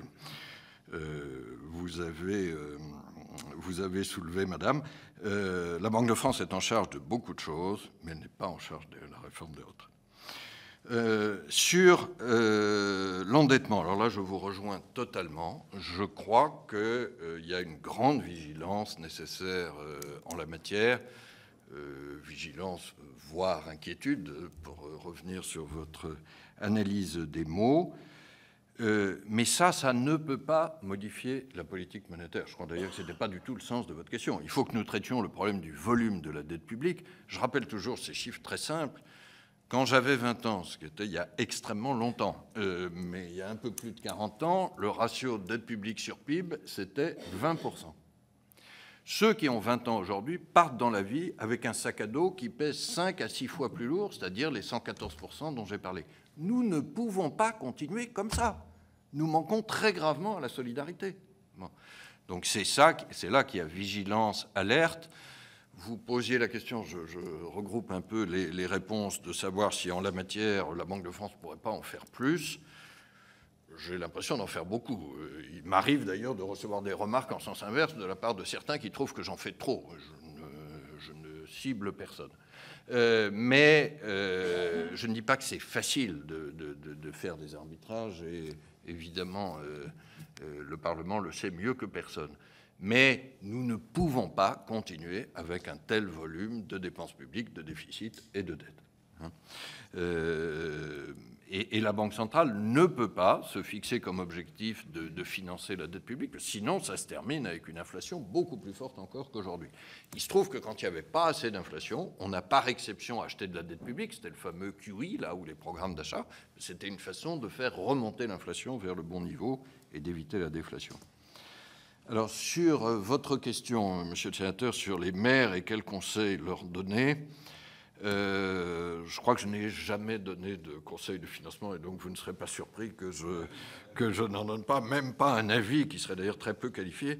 Et ça dépend beaucoup des projets qu'il y a à financer, de la situation budgétaire de la commune, etc. La seule chose que je veux peut-être dire à propos de l'évolution des taux, premièrement, c'est que les prêteurs incorporent les anticipations futures auxquelles vous avez fait allusion, c'est-à-dire la future inflation, la future évolution des taux de la Banque centrale. Donc, à un moment donné, les taux sont censés incorporer des éléments de prévision la plus rationnelle possible. L'autre chose, c'est que, et là je vais m'avancer un peu plus sur le terrain de la politique monétaire, je crois qu'il ne faut pas penser que la Banque centrale, c'est vrai de la Fédérale Réserve américaine comme de notre côté de la Banque centrale européenne, va monter très vite, très fort, et puis ensuite rebaisser très vite. Il faut peut-être monter un peu moins haut et durer un peu plus longtemps. Pour le dire autrement, je pense que la course de vitesse qui a eu lieu à la fin de l'année dernière va progressivement devenir une course de fond. Et que dans le bon calibrage de la politique monétaire, il y a le niveau, mais il y a aussi la durée. Il y a peut-être un arbitrage possible entre les deux. Monsieur Delay, sur votre question sur le structurel, alors pardon si je n'ai pas été clair, et je reconnais que c'est un mot du jargon des banquiers centraux. Je faisais allusion à ce que j'avais dit dans la partie précédente de mon propos, c'est-à-dire la capacité à muscler notre production, notre offre, à travers ces trois grandes transformations dont j'ai parlé, c'est-à-dire la transformation énergétique, la transformation numérique et la transformation du travail. Pourquoi est-ce que ça joue un rôle dans la durée, dans la victoire contre l'inflation, ce qui est effectivement la phrase que vous avez citée? Parce que, en très résumé, très globalement, l'inflation, c'est, enfin, le bon niveau d'inflation, c'est le bon équilibre entre l'offre et la demande. Quand il n'y a pas assez d'offres, eh bien, à ce moment-là, on risque d'avoir trop d'inflation. Quand il n'y a pas assez de demande, on risque d'avoir la déflation, c'est la situation précédente. Aujourd'hui, nous sommes plutôt dans une situation où il n'y a pas assez d'offres. Et donc ça, c'est les transformations structurelles. Et si j'ose, et je crois l'avoir déjà dit, Monsieur le Président, devant cette commission, quand on parle de politique de l'offre, etc., ça ne se ramène pas à des baisses d'impôts. C'est des transformations de fonds qui sont beaucoup plus efficaces, je pense, dans la durée, et surtout dans la situation de finances publiques où nous sommes. Sur les questions du sénateur Capus sur la différence avec la Banque mondiale, je l'assume. J'ai même la faiblesse de penser que notre vision de l'économie française est encore plus pointue et pertinente que celle de la Banque mondiale. Mais voilà, pardon de ce réflexe. J'ai noté qu'effectivement, il y avait une certaine tendance au pessimisme qui peut être justifiée pour certains pays. D'ailleurs, je ne prétends pas du tout que nous ayons une croissance forte cette année. J'ai été très clair sur le net ralentissement. Mais aujourd'hui, dire que nous allons éviter une récession lourde, atterrissage brutal, etc., je m'y engage devant vous, sauf bien sûr rebondissement extérieur. Sur la question de la capacité d'investissement par rapport à la productivité des entreprises, il est sûr que la productivité des entreprises est en train de ralentir beaucoup. Et elle le fait, c'est la contrepartie du facteur positif que nous évoquions tout à l'heure avec le rapporteur général, c'est-à-dire que l'emploi, lui, se porte bien. Vous avez ralentissement de la production et maintien de l'emploi, voire maintien des créations d'emplois. Ça, c'est pas très bon pour la productivité. Bon. Mais je pense qu'à court terme, c'est quand même un mix qui est assez favorable, qui correspond d'ailleurs à un sujet dont nous avons peu parlé, qui sont les difficultés de recrutement des entreprises. Dans l'enquête que nous avons publiée ce matin, malgré le ralentissement, j'appelle votre attention sur ce point, 52% des entreprises ont encore des difficultés de recrutement. Le paradoxe français, il est là. Nous avons 7% de chômage, un peu plus, des centaines de milliers de jeunes au chômage, et plus de la moitié des entreprises qui ont des difficultés de recrutement. Et donc, quand arrive le ralentissement, je pense que les entreprises ont plus tendance qu'avant à garder leurs salariés, y compris par les mécanismes d'activité partielle et autres, ce qui ne me paraît pas mauvais, mais ça pèse sur la productivité. Est-ce que ça pèse sur la capacité d'investissement ? Là, j'en suis moins sûr, parce que je pense que l'investissement des entreprises est avant tout déterminé par leurs anticipations de demande et un peu moins par leur situation financière. L'investissement des entreprises a très bien résisté en 2020 au moment du Covid, a très fort repris ensuite. Pour l'instant, il résiste pas mal. Je pense que ce qui pèse le plus sur la capacité de l'investissement des entreprises, c'est l'incertitude. Pardon de revenir toujours à ce facteur, d'où l'important aussi de gagner la bataille contre l'inflation. Alors sur le taux d'usure vert, j'avoue que je ne connaissais pas l'idée, donc je repars avec. Mais à ce moment-là, je renverrai vers le Parlement, parce que notre rôle ne consiste uniquement à appliquer la loi. Je fais juste une remarque technique, c'est que je pense beaucoup des travaux de rénovation auxquels vous pensez relèvent du crédit à la consommation juridiquement et pas du crédit immobilier, et que là-dessus, le taux plafond, le taux de l'usure est nettement plus élevé. Mais je suis prêt à ce que nous creusions l'idée. Voilà, j'insiste toujours sur le taux de l'usure. C'est pas une baguette magique, etc. Et si vous l'avez mis dans la loi, il y a quand même une très bonne raison, c'est de protéger les emprunteurs. Je vais relever une phrase que je lis parfois dans la presse et qu'aucun membre de la Commission des finances, évidemment, n'a employée. Mais je lis quelquefois dans la presse, les problèmes actuels du crédit immobilier, c'est que les taux sont trop élevés et le taux de l'usure est trop bas. Regardez, vous trouverez assez souvent ça dans la même phrase.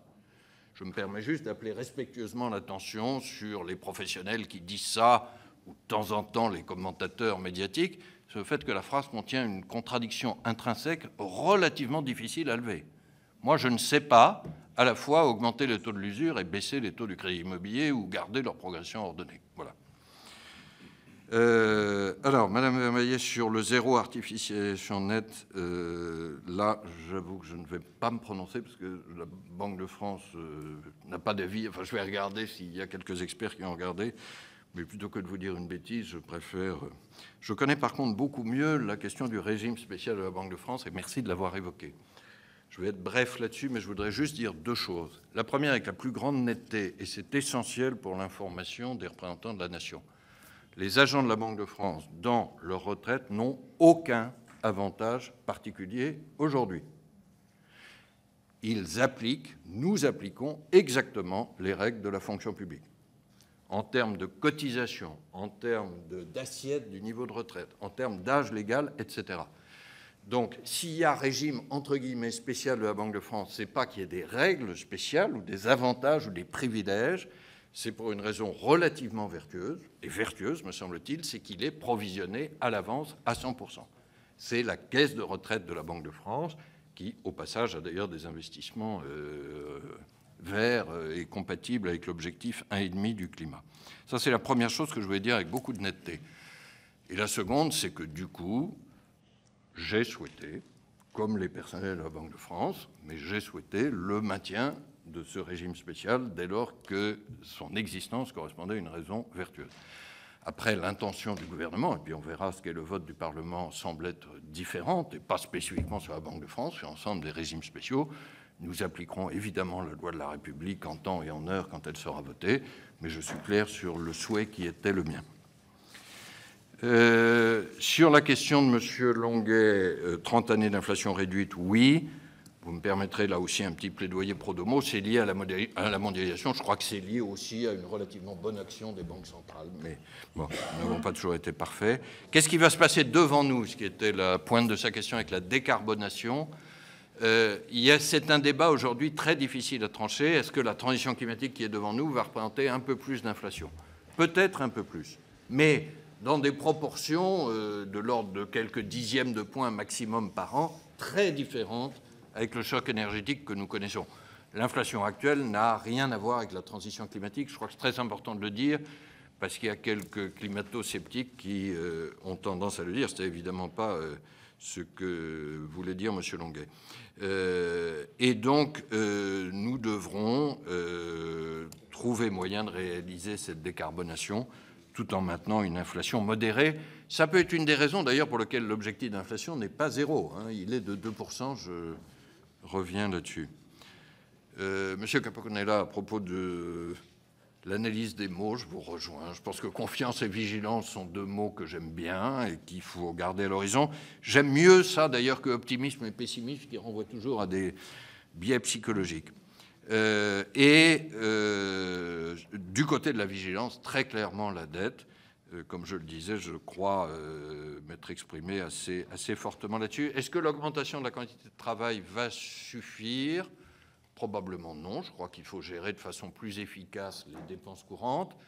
Si vous me permettez de donner un tout petit exemple, il se trouve que je le connais bien. Depuis que vous m'avez fait l'honneur de me faire confiance comme gouverneur de la Banque de France, donc depuis 2015, nous avons réduit les effectifs de cette maison de 25%, par non-remplacement de départ en retraite, et nous avons réduit les dépenses d'activité, le total de notre budget de fonctionnement, masse salariale et frais généraux, de 4% par an en volume, après inflation. Je pense qu'il n'y a pas beaucoup d'institutions publiques qui ont fait ça.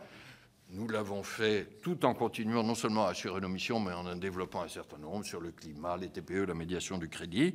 Et donc, je crois que c'est possible. Voilà. Mais il faut aussi faire ce travail à côté de l'augmentation de l'offre et de la croissance dont on parlait. Monsieur Bocquet, sur les crypto-actifs, je pense que votre réponse était implicite et je la partage. Ça n'est pas un accident de parcours FTX. Pour le dire autrement, quand il y a une succession d'accidents, c'est qu'il y a un problème. Bon. Il n'y a pas eu que FTX, hein. Il y a eu ce qu'on a appelé Terra et Luna. Certains parlent d'hiver des cryptos, mais c'est un très long hiver qui a commencé à l'hiver début 2022 et qui se continue dans l'hiver 2023. Bon. Et donc, il y a un problème, et donc, il faut réglementer. Hein. Je suis d'ailleurs frappé, quand vous regardez le débat public, qu'il y avait probablement, il y a 2-3 ans, un débat, est-ce qu'il faut réglementer, réguler ou non? Aujourd'hui, le débat est devenu un peu différent, c'est est-ce qu'il faut réglementer ou est-ce qu'il faut interdire? Donc, les choses se sont déplacées, et me semble-t-il, c'est sain. Je crois d'ailleurs, dans le débat sur l'EPSAN, avoir été le premier la semaine dernière, avant la présidente de l'AMF, et je me réjouis beaucoup qu'elle soit aussi sur cette position, pris le parti d'une réglementation plus active. Alors, sur votre autre question, M. Bocquet, à propos des Japonais et de la dette souveraine, d'abord, je vous confirme le chiffre, on doit détenir de l'ordre de 20 à 25% de la dette souveraine française. Est-ce qu'il y a une alternative sur le financement de la dette souveraine avec davantage d'investisseurs résidents? On vérifiera les chiffres. Mais comme vous le savez, pour la dette française, c'est à peu près moitié-moitié. Hein, moitié d'investisseurs résidents, largement à travers l'assurance vie, moitié à travers des investisseurs non résidents. J'ai d'ailleurs noté votre expression quand vous avez dit « les marchés financiers financent allègrement notre dette ». Je salue votre goût de la langue. Je ne sais pas ce que couvre très bien cet allègrement. Enfin, oui, voilà, oui. C'est bien comme ça que je l'avais lu. Je ne sais pas s'il y a allégresse. Mais en tout cas, le taux a nettement remonté. J'avoue que j'ai regardé moi-même, j'étais assez frappé. On oublie. Il y a un an, Monsieur le Président, le taux à 10 ans sur la dette française, c'était 0,2%. Ce matin, j'ai regardé avant de venir vous voir, 2,7%. Alors, ça ne se traduit pas tout de suite sur notre service de la dette, parce que c'est au fur et à mesure des nouvelles émissions, enfin des renouvellements, mais c'est évidemment un monde différent. Et entre nous, le 0,2% était quand même anormalement bas. Je crois avoir dit à l'époque que ça ne durerait pas. Voilà, j'avoue être prudent sur l'idée que si on basculait sur un financement purement interne, national, les choses iraient beaucoup mieux. On paierait quand même plus cher parce qu'on se priverait de la capacité d'épargne mondiale. Il me semble que le système japonais est très spécifique, avec une population très vieillissante, une croissance beaucoup plus faible que la nôtre. Vous vous souvenez qu'au moment où il y avait menace de déflation en zone euro, on nous dénonçait le risque de japonification de l'économie européenne. Nous n'en sommes pas là, parce que nous avons une inflation plus forte qu'eux, une croissance plus forte qu'eux, des taux d'intérêt plus élevés qu'eux. Donc, je crois qu'il ne faut pas basculer totalement du côté des non-résidents, mais je ne suis pas sûr que ça changerait grand-chose si nous avions beaucoup plus de financement domestique. Sur la question du sénateur Joly sur l'endettement privé, j'arrive doucement, Monsieur le Président, vers la fin de mes 30 minutes, mais ça sera 35. Alors, vous avez tout à fait raison de poser cette question. Sur les ménages, alors là, je crois pouvoir être clairement rassurant. Je ne vois pas de risque de défaillance financière des ménages dès lors que nous prenons les mesures dont j'ai parlé tout à l'heure sur la prévention du surendettement, notamment sur le crédit immobilier. Ça, c'est les fameuses normes HCSF. Je vais aussi partager avec vous une bonne nouvelle sur l'efficacité des lois. La loi sur le surendettement, et puis ces changements successifs, donc la loi Neyers de 89, loi Lagarde de 2010, loi Hamon de 2013. Il y a eu d'ailleurs une forme d'action transpartisane en la matière, a été très efficace. Depuis le sommet du nombre de dossiers de surendettement que nous avions connu en 2015 à 230 000, je vous donne le chiffre que nous allons publier sur 2022, nous sommes à 113 000 dossiers de surendettement, donc on a baissé de plus de 50%. Voilà. Ça, je crois que c'est un seuil historique, et donc je suis rassurant sur les difficultés financières des ménages. Évidemment, nous restons mobilisés pour les cas qui peuvent être plus sensibles. Sur les entreprises, ma réponse serait plus nuancée. J'ai parlé de leurs difficultés de trésorerie, j'ai parlé de la question des comportements de paiement des grandes entreprises. Ça, nous allons être vigilants. Je dirais que de façon globale, je pense que l'économie française et les entreprises françaises ne manquent pas de crédit et d'accès au crédit, elles manquent de fonds propres. Et là, il faut absolument que nous arrivions à développer, pour l'innovation, pour la transition climatique, davantage de fonds propres dans l'économie européenne. On revient sur l'union des marchés de capitaux dont j'ai parlé. Sur un taux de l'usure différent sur les PME, j'avoue que c'est un peu comme le taux de l'usure vert. Je n'en avais pas entendu parler. Je ne suis pas sûr que ce soit une demande très forte de leur part. Voilà, pardon d'apparaître comme un défenseur du taux de l'usure, mais c'est la loi. Je trouve toujours un peu paradoxal les diverses corporations qui nous expliquent qu'en augmentant les taux plafonds auxquels on va prêter aux entreprises ou aux particuliers, on va faire leur bien dans tous les cas. Il me semble que quand on prête plus cher aux gens, on ne fait pas toujours leur bien. Alors, Monsieur Lurel, là, vous me posez une colle sur le 70% de swap, etc. Donc, je me permettrai de vous transmettre une réponse plus détaillée là-dessus. Ce que je peux dire dans le principe, c'est qu'à la différence du livret A, comme vous savez, le taux du PEL, il est fixé à l'entrée. Et donc, les taux qui ont été appliqués avant 2011 restent. La formule que nous appliquons aujourd'hui vise les nouveaux PEL. Et donc, effectivement, en application de cette formule, j'ai recommandé qu'on passe de 1% à 2% sur les nouveaux PEL. Les PEL d'avant 2011, à ma connaissance, restent à leur taux beaucoup plus élevé de l'époque. Mais eux ont été fiscalisés, comme vous le savez, parce qu'effectivement, cette date de 2011 marque une frontière. Les deux dernières questions de M. Dominati sur le match Londres-Paris et Paris, autre place européenne.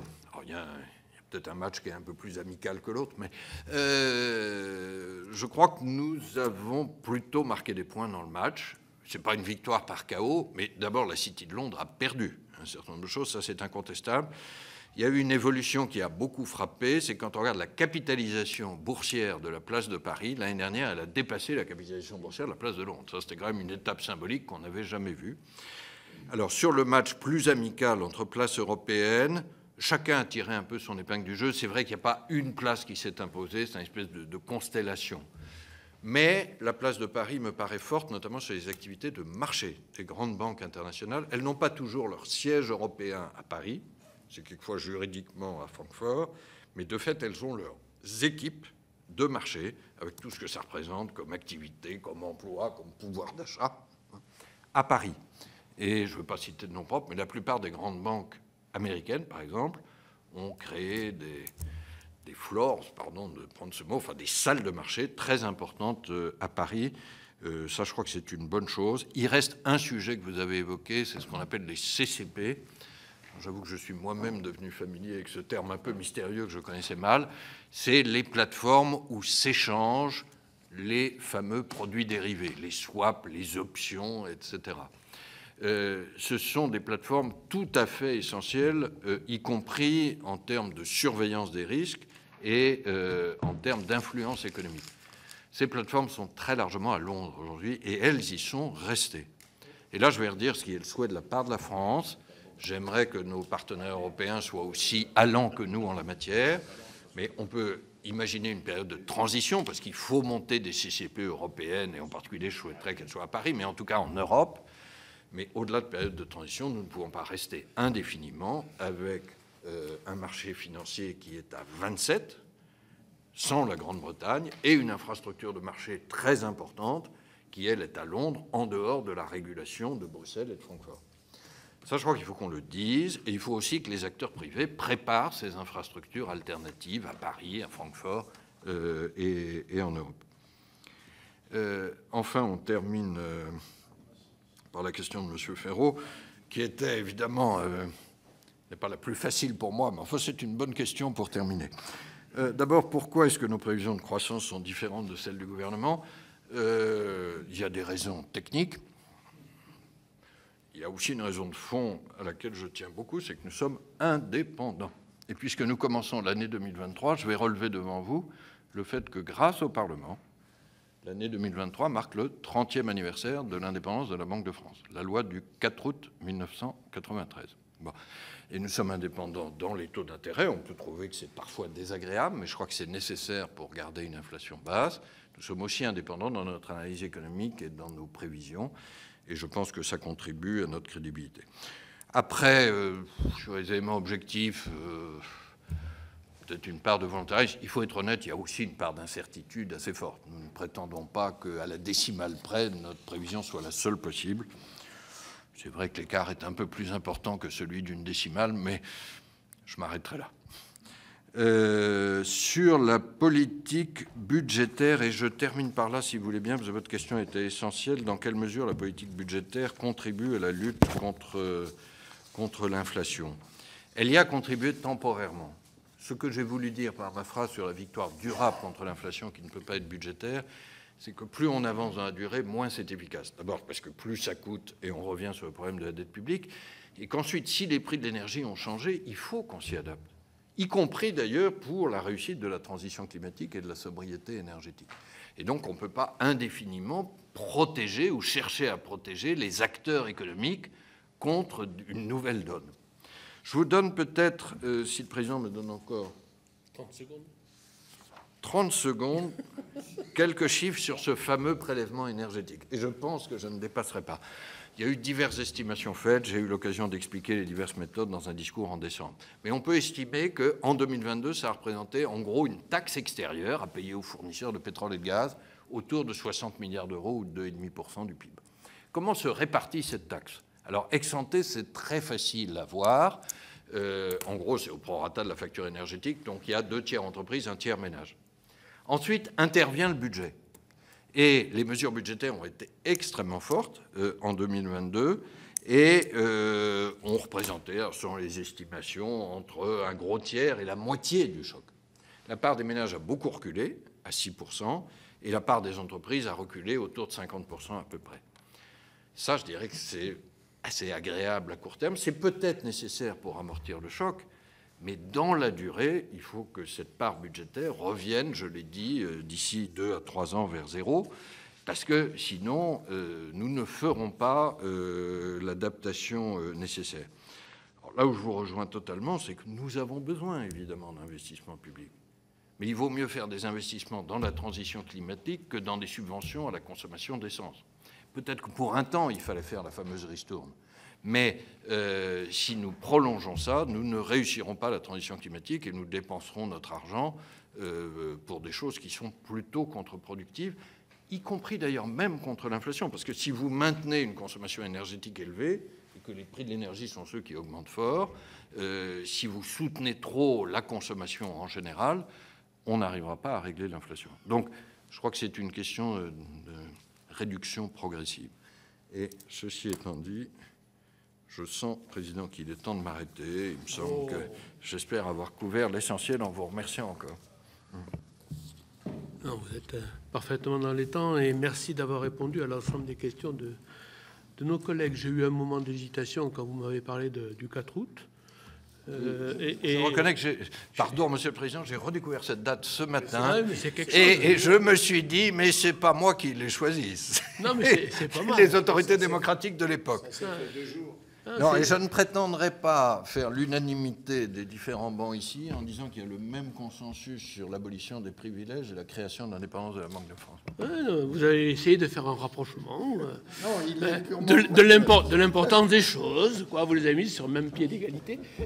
Bon, écoutez, je le salue en tout cas. Bon, merci Monsieur le Gouverneur et bonne fin de journée à tous.